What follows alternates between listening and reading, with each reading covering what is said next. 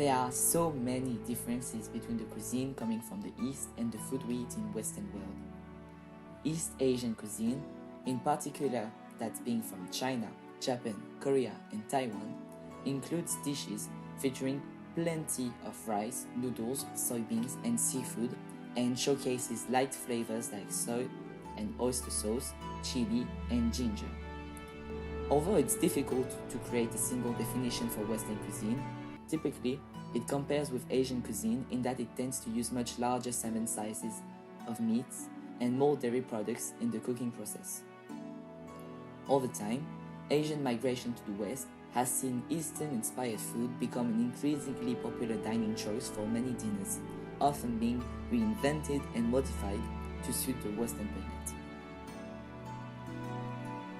Why is the major variety of Asian food encountered in the West not representative of the food originally found in these countries? How was it adapted to suit the Western palate?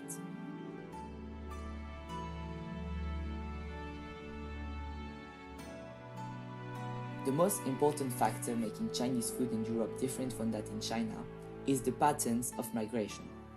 There are three major origins of Chinese immigrants in Europe: the Cantonese people who traveled through Hong Kong, the Fujianese people who are from the Fujian province, and people from the mountainous regions close to Wenzhou in the southern Zhejiang province. All three regions are along China's southern coast, which used to mean much easier access to boat traveling overseas compared to people from the inland. This simple logistical hurdle explains why most Chinese food in Europe is southern Chinese food. However, supply is connected to demand. Chinese use a broad variety of ingredients that Europeans don't know or like, such as duck feet and animal innards, which often amount to negative stereotypes about what Chinese eat back home. Perhaps, wishing not to scare off Europeans, some restaurants never offer unknown options. Others keep them on separate menus only for Chinese customers.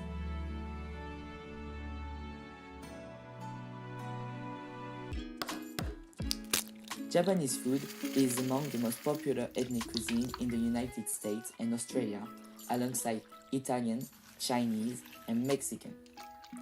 Japanese food was first imported into the US in the late 19th century with an influx of Japanese immigration at the time. It was not long before Japanese restaurants began popping up all over the US, in particular in New York, San Francisco, and LA. However, much of the food at the time was still considered too exotic for Americans, so restaurants mainly served westernized dishes like tempura and teriyaki. But these Japanese dishes adapted for Westerners were originally from the West. In 1943, the Portuguese brought new foods to Japan, such as tempura and cassutela, castella or sponge cake. Tempura grew in popularity over the following centuries. This may have been the first example of European cooking in Japan. Nowadays, many Japanese may not even consider tempura or cassutela as Western dishes. Those originally foreign dishes, introduced more than a century ago, have been fused and blended into the Japanese diet. Since then, Japanese cooking has become a hybrid cuisine that includes elements of both Western and Japanese culture. In the US, Japanese immigrants tended to stay confined to Japanese American communities, mostly in Hawaii and California, and this is why we now see heavy Hawaiian and Californian influences over Japanese food consumed in the West today. For example, the California roll was a purely American invention that does not exist in Japan. The sushi roll was radically changed to suit American palates, including introducing more indulgent flavors like avocado and cream cheese.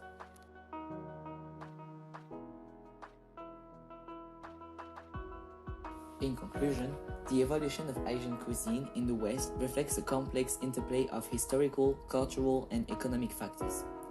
Migration patterns, culinary adaptation, and the intermingling of different cultural influences have all contributed to the diverse array of Asian food available outside of its country of origin. The popularity of Asian cuisine in the West reflects a willingness to embrace and adapt foreign flavors. As Asian migrations continues to influence Western food culture, we can expect to see further innovations and diversity in the dishes served on both sides of the globe.